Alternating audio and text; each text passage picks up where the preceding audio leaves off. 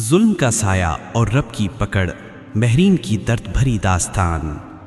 پہاڑوں کے دامن میں بسا ایک پرسکون سا گاؤں تھا، نور گڑھ۔ گاؤں کی خاموش فضا میں اکثر شام کے وقت چراغ جل اٹھتے، بچے کھیلتے اور بزرگ پرانی داستانیں سناتے۔ مگر ایک شام گاؤں کی بیچوں بیچ بسے چوک میں ایک عجیب منظر تھا۔ لوگ دیکھ کر حیران ہو رہے تھے کہ گاؤں کا سابقہ رئیس عثمان ننگے پاؤں گرد آلود کپڑوں میں گاؤں سے باہر جا رہا تھا۔ عثمان نے کسی کی طرف نظر اٹھا کر بھی نہ دیکھا، وہ صرف بڑبڑاتا جا رہا تھا، یہ سب میرے اپنے کیے کا پھل ہے۔ چلتے چلتے لڑکھڑایا، ایک ویران کھیت کے کنارے بیٹھ کر رونے لگا۔ مہرین، میں نے تیرے ساتھ بہت برا کیا۔ کہانی کا آغاز۔ عثمان صرف دولت کا پرستہ نہ تھا، وہ غرور کا پیکر، غصے کا پہاڑ اور عیاشی میں ڈوبا ہوا نوجوان تھا۔ ماں باپ دنیا سے چلے گئے تھے، پیچھے وسیع زمینیں اور مال مویشی چھوڑ گئے۔ عثمان کے پاس سب کچھ تھا سوائے ایک سمجھدار دل کے۔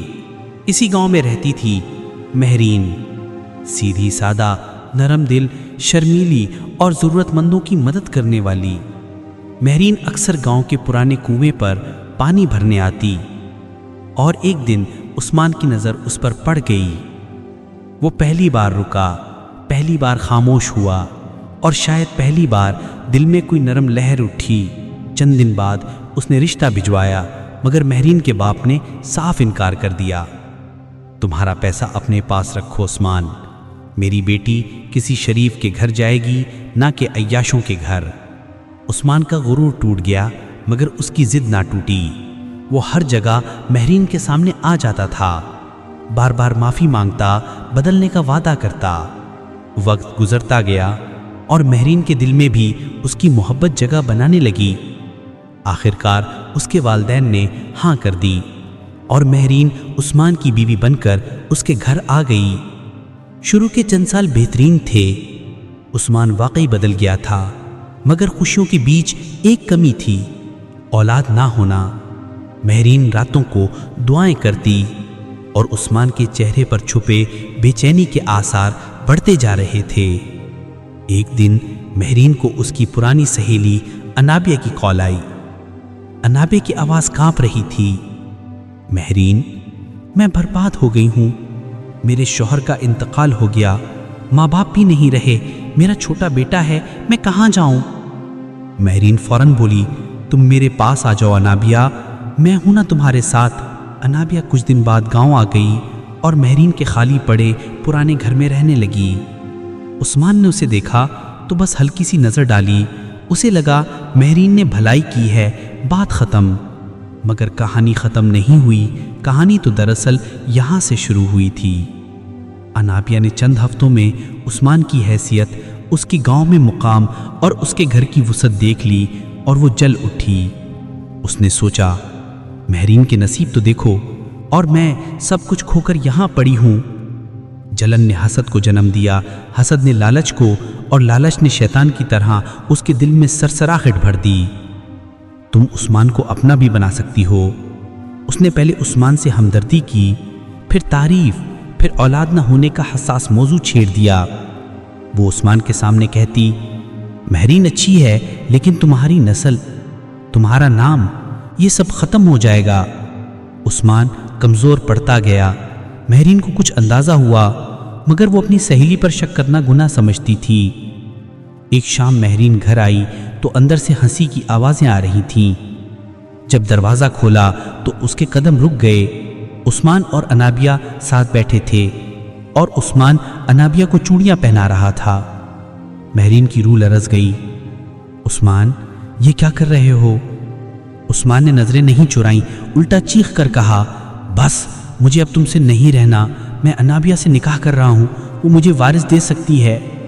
مہرین رو پڑی، میں نے تم سے محبت کی، وفا کی، یہ سب کیوں؟ مگر عثمان کے دل پر ظلمت کا پردہ پڑ چکا تھا۔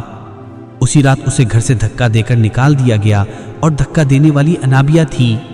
اس کے الفاظ خنجر کی طرح تھے، تمہاری اب یہاں کوئی جگہ نہیں، یہ گھر میرا ہے، یہ زمین میری ہے، یہ عثمان میرا ہے۔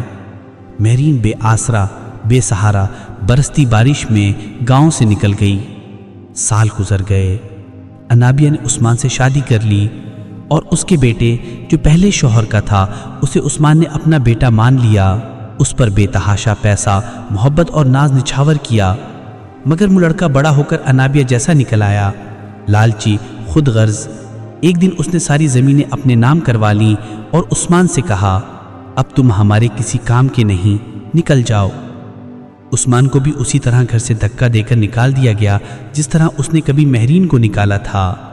چند مہینوں بعد انابیہ کا بیٹا شہر گیا، مگر راستے میں ایک المناک حادثہ ہوا۔ لاش جب گاؤں پہنچی تو انابیہ چیخ چیخ کر گر پڑی۔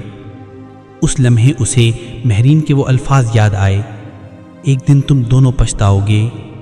اب دنیا چھن گئی، اولاد چھن گئی، جائیداد بھی بیچنی پڑ گئی۔ کچھ ہی عرصے میں انابیہ در در کی ٹھوکریں کھانے لگی اور ایک دن بھوک، پیاس اور بیماری سے سڑک پر گر کر مر گئی۔ کوئی پوچھنے والا نہ تھا، کوئی فاتحہ پڑھنے والا نہ تھا۔ اختتام: جب مہرین اور عثمان کی آخری ملاقات ہوئی، ادھر عثمان جنگلوں میں بھٹکتا، سڑکوں پر سوتا، پاگلوں کی طرح روتا پھرتا۔ کسی نے میری مہرین کو دیکھا ہے؟ میں نے اسے کھو دیا، میں نے سب کچھ کھو دیا۔ ایک دن اتفاق سے ایک سفید لباس پہنے وقار سے چہل قدمی کرتی عورت اس کے سامنے سے گزر رہی تھی۔ اس کے ساتھ ایک نوجوان لڑکا بھی تھا۔ عثمان نے اسے دیکھا اور دھاڑے مار مار کر رو پڑا، مہرین، کیا یہ تم ہو؟ مہرین رک گئی۔ اس کی آنکھوں میں گہرا سکون تھا، غصہ نہیں۔ عثمان اس کے قدموں میں گر پڑا، مجھے معاف کر دو، میں برباد ہو گیا، میں مر گیا اندر سے۔ مہرین نے آہستہ کہا، عثمان، میں نے تمہیں بہت پہلے ہی معاف کر دیا تھا۔ میں نے اپنی زندگی رب کے حوالے کر دی تھی۔ میرے بیٹے اور میرے رب نے مجھے وہ سب دیا جو تم نے چھین لیا تھا۔ عثمان دھاڑے مارتا رہا اور مہرین اپنے بیٹے کے ساتھ آگے بڑھ گئی۔ عثمان سڑک کنارے بیٹھا بس اتنا کہتا رہا، اگر وقت لوٹ آئے، اگر میں بدل جاتا، کاش۔ مگر وقت کبھی نہیں لوٹتا، ظلم کا انجام کبھی اچھا نہیں ہوتا۔ دھوکہ دینے والا خود دھوکے کا شکار ہو جاتا ہے اور رب کی پکڑ سے کوئی نہیں بچ سکتا۔ اگر آپ کو یہ کہانی اچھی لگی ہو تو چینل کو سبسکرائب کریں اور کامنٹ میں ضرور بتائیں اگلی کون سی کہانی سننا چاہتے ہیں۔